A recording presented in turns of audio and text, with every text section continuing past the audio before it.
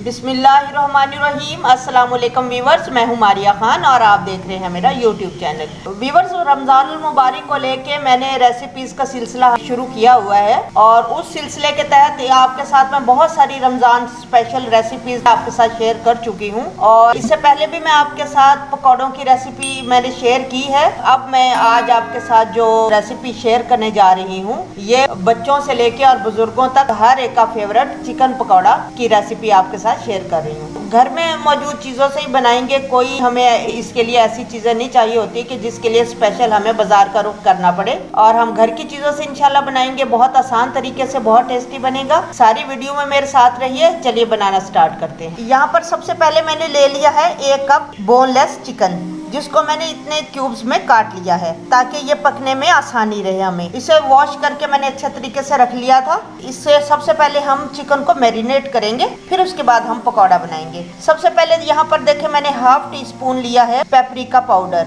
इसे हम शामिल कर देते हैं। ½ टी स्पून ही मैंने लिया है जीरा पाउडर, ½ टी स्पून से थोड़ा सा कम है।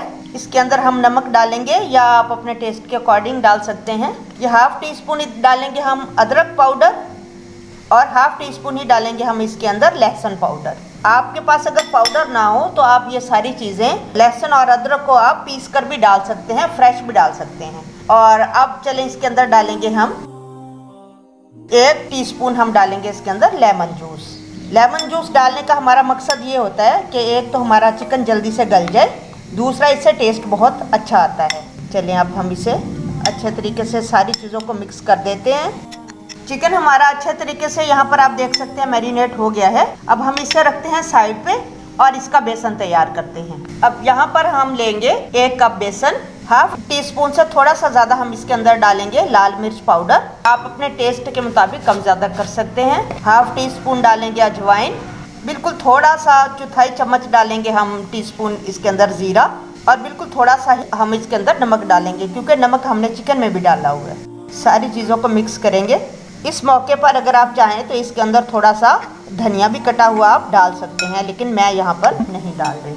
चलें अब इसके अंदर पानी डाल लेते हैं। पानी आपने इसके अंदर ध्यान से डालना है क्योंकि चिकन में हमने लेमन जूस शामिल किया है तो चिकन भी पानी छोड़ता है, चिकन का भी पानी होगा, तो इसलिए ध्यान से ज़रा आप इसके अंदर पानी डालिएगा। अब यहाँ पर देखें इसकी कंसिस्टेंसी देख लें आप, इतना हमारा बैटर जो है वो नरम होना चाहिए। चलिए अब इसके अंदर हम चिकन शामिल कर देते हैं। यहाँ पर देखिए हमारा बैटर रेडी हो गया है चिकन पकौड़े का। कितनी जल्दी हमने इसे रेडी कर लिया है।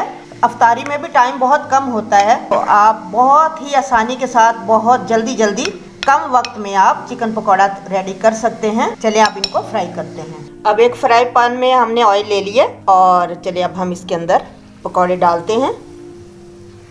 आपने फ्लेम यहाँ पर हाई नहीं करना वरना अंदर से हमारा चिकन जो है वो कच्चा रह जाएगा।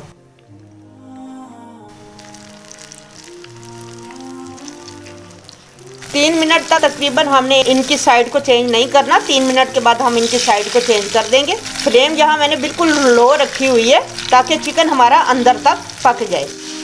यहाँ पर हमें तकरीबन 8 से 9 मिनट लगे हैं। इनको हमने बिल्कुल लो फ्लेम पर इनको पकाया है ताकि चिकन हमारा अंदर से कच्चा ना रहे। अब चलें ये तैयार हो गए हैं। अब हम इन्हें निकाल लेते हैं।